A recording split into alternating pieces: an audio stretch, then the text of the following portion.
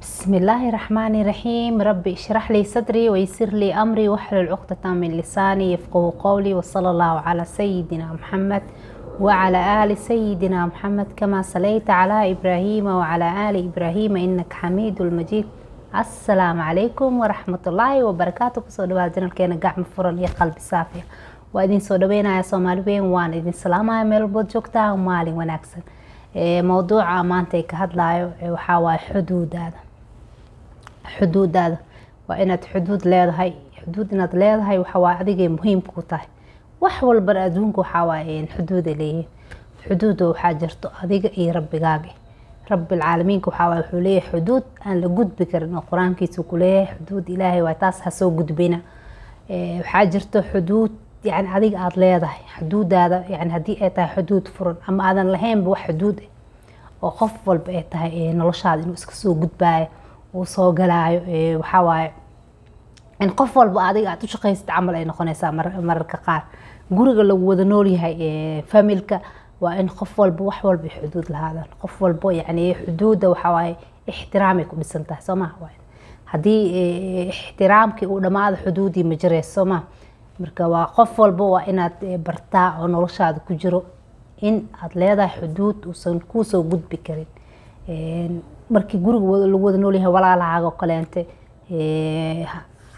deriskaaga oo kaleente saaxiibadaada oo kaleente xaaskaaga oo kaleente seegaaga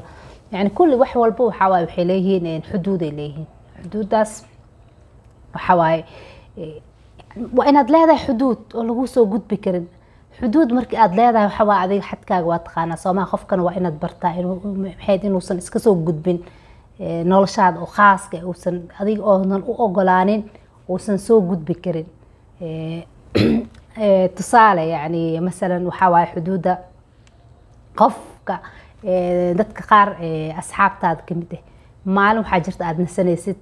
maalmaha kala dhan shaqaad leedahay. maalintaas asaga maalin walba oo nasanaysid asaga waxa waa wuxuu rabaa inuu ka qaato baabuurkaagi. hadii aad baabuur leedahay waa inuu asaga ku soo wareego rabaa ama inuu adiga ku qaato oo waqtigaaga raaxadaada uu qaato oo guriga aad fadhileed maar walba oo istiraahad mana dhihi kartid maya ma dhihi kartid. waayo markii hore waxaad bartay maanta ma dhihi kartid waa dareesanaya saaxiib meel baan aadayaa waxba siiga madana ma dhihi kartid. waxa bartay markii hore bartay Soomaa adaa u ogolaaday inuu soo gal xuduudi. hadii aad tiraahid maalintaasiti maanta aniga waa daneesanaya waxa imaanaysa in xiriirkii uu ku jaro ama uu ku carood. waayo markii hore ma aadan barin inay xuduud ay jirto. ma aadan barin inaad xuduud leedahay.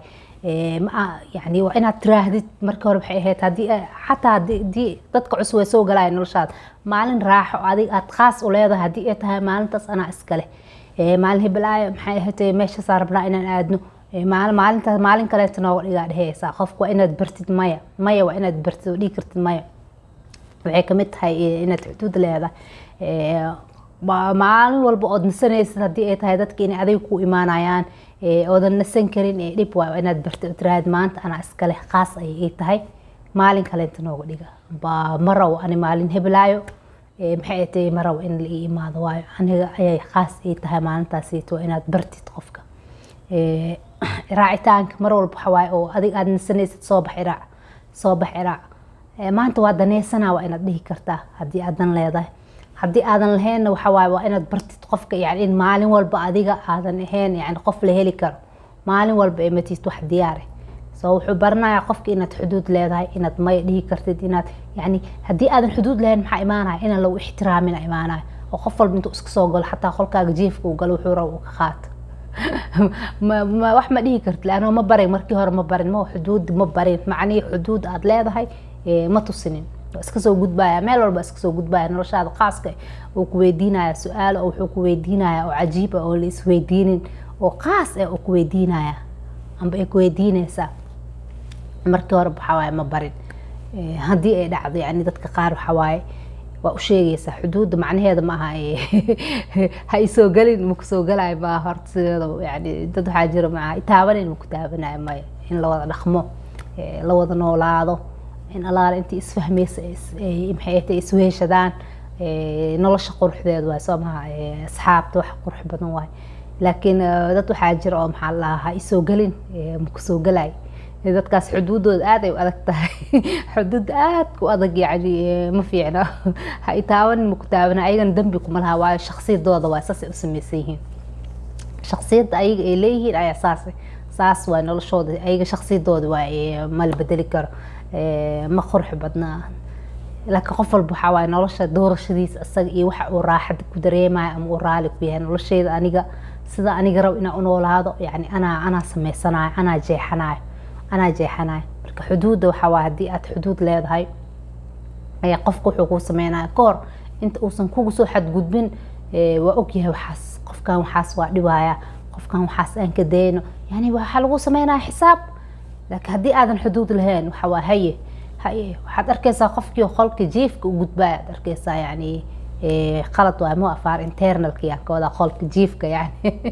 oo ku weydiinaya yani wax walba oo yani adaa u ogolaaday soomaha inuu wax walba ku weydiiyo ama ay ku weydiiso adaa u ogolaaday marka hore waxaa waaye xuduudaadii ma adka xuduud fiican ma aadan samaysanin marka xuduudda waxaa waaye muhiim waa noloshaada wax walban adduunka waxaa waaye xuduuday leeyihin wax aan xuduud lahayn haba yaraatee ma jirto marka xuduudaada mar walba waxaa waaye inaad taqaanid adiga taada waxay kuu keenaysaa inaad baratid inaad ixtiraamtid xuduudaha kaleenta markaad xuduudaadii adiga aad adkeysidood maxay ahayd aad nidaam aad leedahay oo kaale arag oo maxay ahayd wax walba aad taqaanid dadka ay yaqaanaan sida ay yani inay ku ixtiraamaan yani dadka xikmada dheheyso qof ayaa dhahay oo qoraa ma xasuusto qofka waad ku qasbi kartaa inuu ku ixtiraamo laakiin kuma qasbi karta inuu ku jeclaado يعني جعلك وحواي هدي وإلهي أكتيسة كإماتا لكن إن لو احترامه هذا كاجو أنت هذا قصب كرطفك إنه احترام قصب واي احترامك وحواي وحات هذيك قفك بري كرتيدو قصب كرتيدو وأنا مضنتها إن لو احترام سما لأنه محترمته إن لو احترام ومضنته لكن لو جعل هذا قفك مو قصب كرتيد واي قلبي هذا يا حكومة الله سبحانه وتعالى قعنتي تكتره هذا وحول بقى سميتد qofka aad jeceshahay hadaan ilaahay maxay ahaatay aanu ku soo jeedinin ma jeclaan kartid mana kasban kartid laakiin qof walba oo dunida ku nool oo hareerahaaga ah oo noloshaada ku jiro waxaad ku qasbi kartaa inuu ku ixtiraam waad mudan tahay inuu ixtiraam soo adaa doortay ixtiraamka marka ixtiraamka ayay xuduudda ayay qayb ka tahay marka hadii waxa waaye ana ixtiraam ma jiro camal hadaan xuduud jirin qof walba uu iska soo garaacayo waqti waxa jiro oo la hurdaayo oo lagu imaanayo habeenkii 8 saac lagu soo garaaci karo oo dheheenin waay saacadaan maxaa telefoon aan la soo direenin maxay ahayd waxyaabo waxa jiro oo macni xuduud ka talaabsasho waay xuduud ka talaabsasho way kala fudud tahay way kala adag tahay way kala yar tahay andhe way kala weyn tahay way yar tahay kuwa yar waxa gudbin kartaa mar labaad saddexaad afraad marka kale inta waxa dheesa hadii wixii aad dhibsanaysid walaal anigsaan ma rabo saan kama helo saan aan jecelahay dheesa dadka qaar xoogaa waxa waaye aqliyadooda waxa waaye kugu wadayaan ma hooba kugu wadayaan markay kugu wadaan waxa dheesa maya dheesa iga joojiya dheesa waxaan aniga waxa waaye xoogaa waa inaad isku leeyso tiraad waxaan aniga ma rabo iga jooji sidaan ha ila dhaqmin aniga ma ogolisaan marka ixtiraamka ay xuduud waxa waaye waa iswada socdaan soo hadaan ixtiraam jirin waxa waa xuduud ma jireys marka qof walbo inuu ku ixtiraamad ku qasbi kartaa wuxuu ixtiraamaya xuduuda noloshaada iyo waxa adiga aad leedahay iyo waxa adiga khaas ku ma kugu soo xadgudbay marka anagana waxa waa waajib inuu tahay inaan ixtiraamno qofka kaleenta ama aanan u gudbin xuduudiisa xuduudaha jira ma xuduudo waxa jira oo iska furan oo in la gudbo diyaar ah kuwaas xataa inaynan gudbin si ayaga aysan noogu soo gudbin soo marka dadka adaa baraay soo ma sida ay kula dhaqmayaan waa inaad adiga aad bartid sida adiga aad jeceshahay qof walba wax buu jecel yahay qof walba dadka kulligeen isku wada dabeecad manhin dadku waa la kala duwan yahay soo ma qof ma sha Allah tabaarakallah xoogaa waxa waaye waa adag yahay xoogaa waa nidaamsan yahay adeeg waxa maahan waa nidaamsan yahay qof waxa waa fowda waa isaga dhan waxa isku qasan yahay qofba waxa si waa marka dadka nidaamka jecel oo nidaamsan mar walba waxay jecel yihiin inay leeyihiin xuduudooda badi lama soo gudbo ma jecla ma u ogolaanayaan waxa waaye way dhibsanayaan haddii layska soo gudbaayo xuduudii markaas waxay qaadanayaan go-aanay qaadanayaan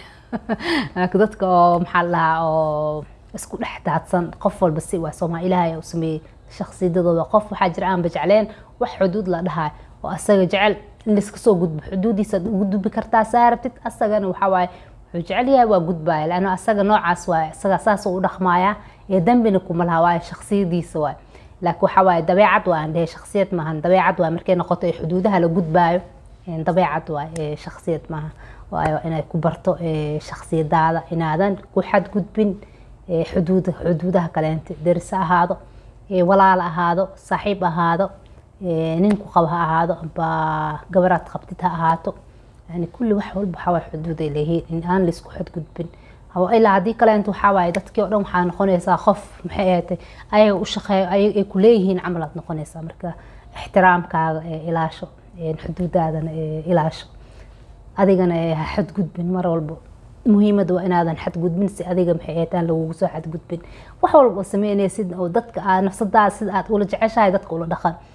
marka adiga way kuu soo noqonaya wixii saasay kula dhaqmo adoo baraayo marka dadka si qurux badan aad ula dhaqmaysid inaad jeceshahay adiga saas in lagula dhaqmo marka waa ku mahadsan tahay daawashadaada iyo waqtigaaga qaaliga aad siisay videogan video xig intaan kulmi doono waxaan idinkaga tagayaa wassalaamu calaykum waraxmatullaahi wabarakaatu ciao